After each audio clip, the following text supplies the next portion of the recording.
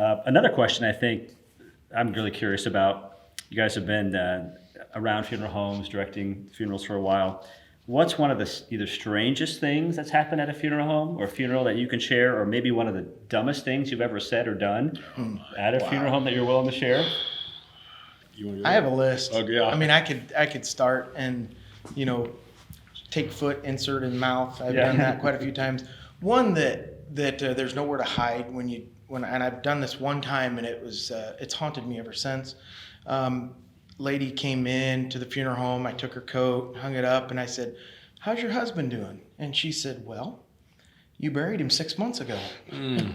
Yes, I did. It was one of those things. It was just kind of like, I knew he had been bad, and my mind was not.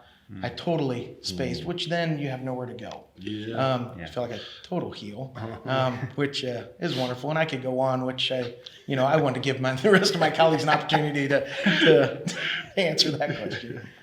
I would say for me, every day we deal with a new family.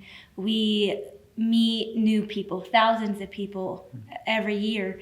And I would say the most embarrassing thing is to call somebody by the wrong name. That has happened to me, and it has caused me several nights of not being able to sleep. And it was just a split thing that I said, maybe her name was Michelle, and I said Nancy, and then I knew it was wrong, and I will never forget it. And so just being able to be on and to know the families you're serving, everyone in that family, whether it's even the 12 grandchildren that they have, making sure at that time that the names are very important, because you don't want to say the wrong thing and offend somebody when you don't mean to. Sure. Yeah. Exactly. I've been there, done that too, and that's I just own my baggage. Sure. I just say I'm terrible with names. It will get better, but 2 weeks from now, if you ask me, I may struggle to come back, which is a marked contrast, because I have people that come up that say, "Well, your grandpa, he would have the whole family tree outlined and as you came in." It's like, yep, different bygone era is unfortunately what I have to say at that point, which to some level I think is a degree of technology, and that as our kids and as those who are younger than us coming through are not used to that personal interaction, whereas our parents and our grandparents, those were big things when they were communicating and doing things with their church families or their other families. The dimensions of society were different. Sure. Yeah. But mine would be just when you usually make small talk with somebody and say kind of how's it going, and that's my biggest one that I've tried to get rid of, because when you're greeting a family and they're coming in, or even people coming to visitations, you walk up to the loved one who just lost somebody and you say, "How's it going?" That's the one that after you say it, you stare at them and you're like, "Well, what do you expect them to say?" "Well, you're burying my loved one today, so not great." So those kind of statements to where you're trying to just talk and you say some of the things like that are just inappropriate. Oh, yeah. I've been there So before. yeah, those are the ones that. My biggest thing that it's most embarrassing is getting specific directions on how to get to a cemetery from a family. And being at the point of no return and realizing, this doesn't look like the scenario I was supposed to go to.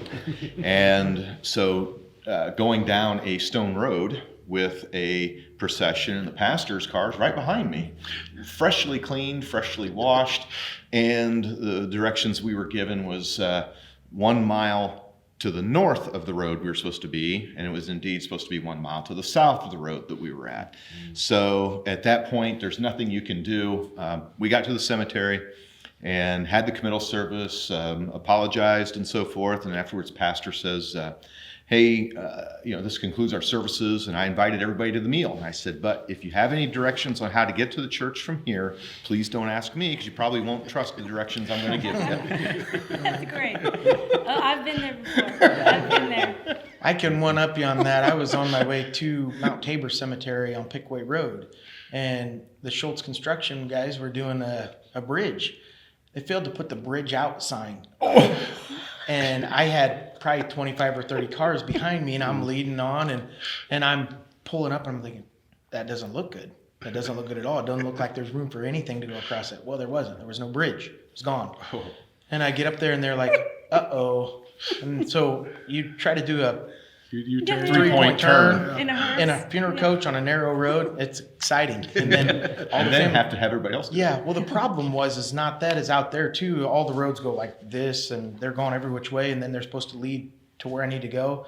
And I'm thinking, oh Lord, I don't know if I take this road, am I going north, because it's heading, they all intersect. And I got there. I mean, it was just blind luck. I'm just going to tell you right now, it was total blind luck. But when I got home, my wife's great uncle worked for the county.